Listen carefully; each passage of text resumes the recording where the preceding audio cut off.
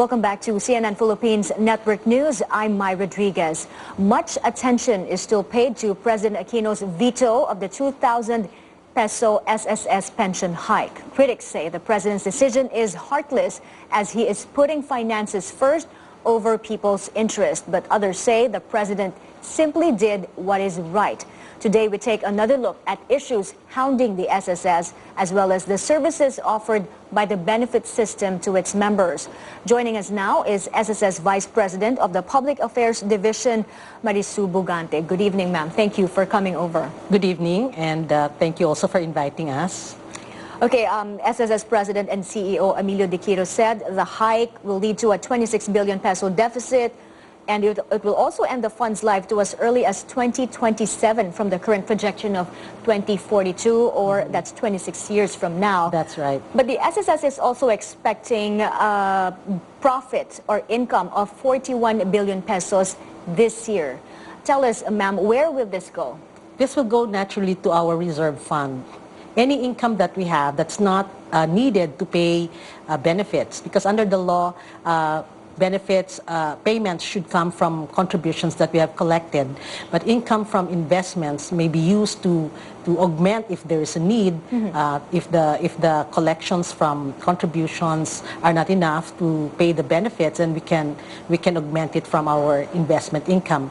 But if that is not needed at all because there's enough amount of contributions collected, there's surplus, all the revenues that we have go back to the reserve fund to be invested further. Part of the fund. Yes, it becomes part of the investment reserve fund. So how much will be the total worth of the fund then? And will this, with this amount, by how many years will it add to the fund's life? Yes, okay. Right now, our actuarial study shows that the fund life will last until 2042, or 26 years from now. So we still have a lot of breathing space. A lot of things can be done to reform the system. If we need to increase the span of life of the fund, we can still do that, because the ideal lifespan should be 70 years or more.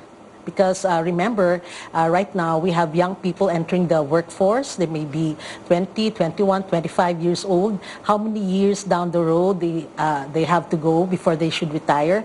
That's about 40, 45 years. So we have to really prepare for that. When they contribute today, that they will have to expect to receive their pension 40 or 45 years later. Then you have to also, and every year we have a new batch of young people joining the workforce. And so that's why, by international standards, 70 years is the ideal lifespan for any social security or pension fund. Ms. Bugante, there are constant reports of companies failing to remit their contribution to SSS. How many are these delinquent companies, and how many have you caught and prosecuted? Yes, well, in the last count by the COA, there are about 90,000 out of 917,000 employers registered with SSS. So that's about 10%. And 33,000 of these delinquent companies are now facing legal action. There are many ways by which we collect from these companies, and more often than not, many of these companies opt to settle their accountabilities with SSS. So either they pay outright what is collected from them, because it is really very expensive for them not to settle, because for every month that they are delayed in the payment of contributions, they are penalized 3% of that amount. So in 1 year, that's 36%. That's quite stiff for many companies. So they would rather settle. And for those companies that have difficulty settling, we offer an installment payment scheme. So they can do that. The reason we offer this kind of scheme is so that the members or the workers in those companies can avail themselves of the benefits that we have. Ms. Bugante, with the President's veto, of course, a hot topic again is the hefty perks and bonuses of GOCC officials, that of course includes the SSS. The President himself, in his first SONA, criticized what he calls excessive bonuses and salaries. How do you justify the veto in the face of these observations? Let's go back to why in the first place there was a law that was passed in 2011. This is the law concerning the GOCCs. So creating the GCG, no? So what we call the Governance Commission for GOCCs. That's correct. So and the law there now provides the provisions for when a GOCC will be entitled to a bonus. This will be definitely performance-based bonus. Okay, so that is what we are following now. The institution will only deserve to get a bonus if it has performed and met all its targets. So on that basis, the bonuses are given. So have you seen or felt changes since 2011?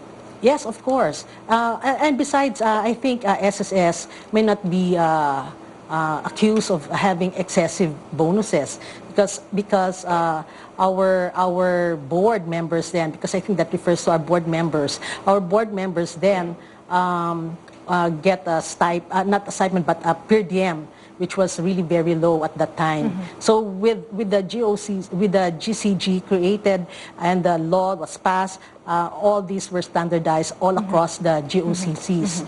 So depending on your performance, then you get certain Sorry, bonuses. we're running out of time, All but right. I have to ask, the final question is, the ideal fund life, as you said, is 70 years. And the SSS on Monday said collection efficiency is not the solution. So what then is the solution to achieve this target of 70 years?